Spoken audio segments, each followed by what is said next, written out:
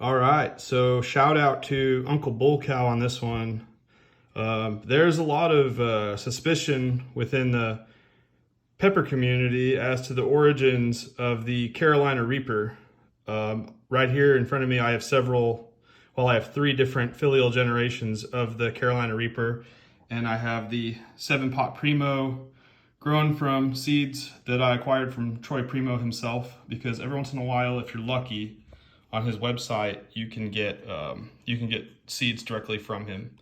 So, and he signs the package, which that's really cool. So, Troy Primo is awesome. The other guy, however, I have these Carolina Reapers that I've grown from an earlier filial generation of the Carolina Reaper, which is either like an F4 or an F5, and these usually grow super spiky. This year they've got really nice tails. They didn't usually have very good tails, but this year the tails have grown better. You know something about if you overwinter plants, and this is a plant that I've had to overwinter, and that's why I've been able to keep the filial generation so low. The thing about overwintering plants is the DNA in your plants will mutate. And when the DNA in your plants mutate, the pods will also change shape as well. And, you know, I've given it different amounts of sunlight and heat and different nutrients this year too, so that also makes a difference. But the genes are definitely different. So very spiky, blistery, mean dudes for these early filial generation Carolina Reapers. And then I have, these are from Texas hot peppers, seeds from Texas hot peppers. These are called the Carolina Reaper Select, and they were selectively cultivated to have these really gnarly, like almost like fish hook or like harpoon looking stingers on them. And these are really nice, but you can tell there's a big difference. And then I have these Carolina Reapers that I got from a plant that my father-in-law got from a nursery, and he thought I needed to have them, and I'm not complaining because they're really nice. They almost have like a brighter red than these do. Definitely less spiky, and then the tails are more recessed. I see this a lot more often, as the tails being more recessed up inside the pod.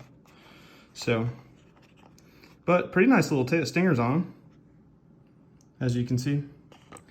And then finally, I have these 7 Pot Primos that I got from Troy Primo himself. Well, the seeds. And they're all very uniform. These are very stable, very stabilized peppers. Which is hotter, the Carolina Reaper or the Primo?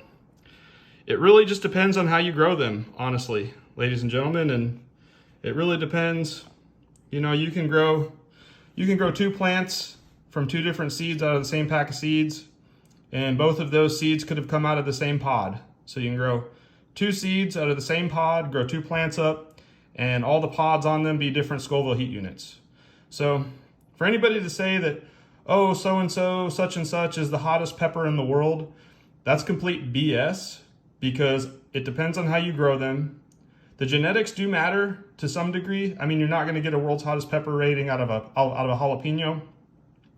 So the genetics do matter, but for any of these to be 2 million Scoville heat units is extremely rare.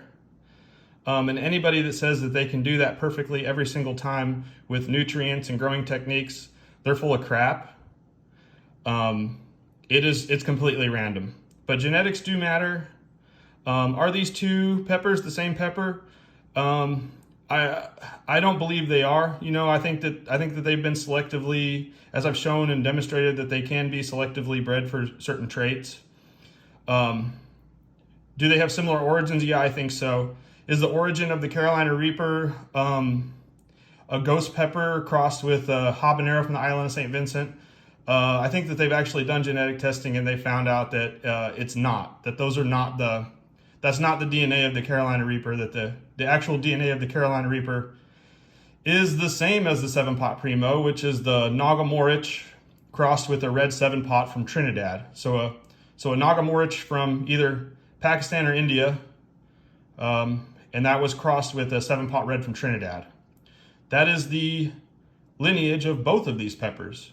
So are they the same? I don't know. They've been selected and grown so differently from each other for so long now, 10 years now, that who knows? Who knows if they're the same, if they have the same origin? I do know that they have the same parents, though. These are both crosses of a Nagamorich from either India or Pakistan and a 7-pot red from Trinidad or Tobago. So is one hotter than the other? You can't say that with any certainty. But they're both great peppers, and I don't hate either one of them. And yeah, so that's the 7-pot Primo. That's a really nice one. And the Carolina Reaper. 2 very hot, very similar peppers. All right, I'm Chili Chungus. Thank you for watching.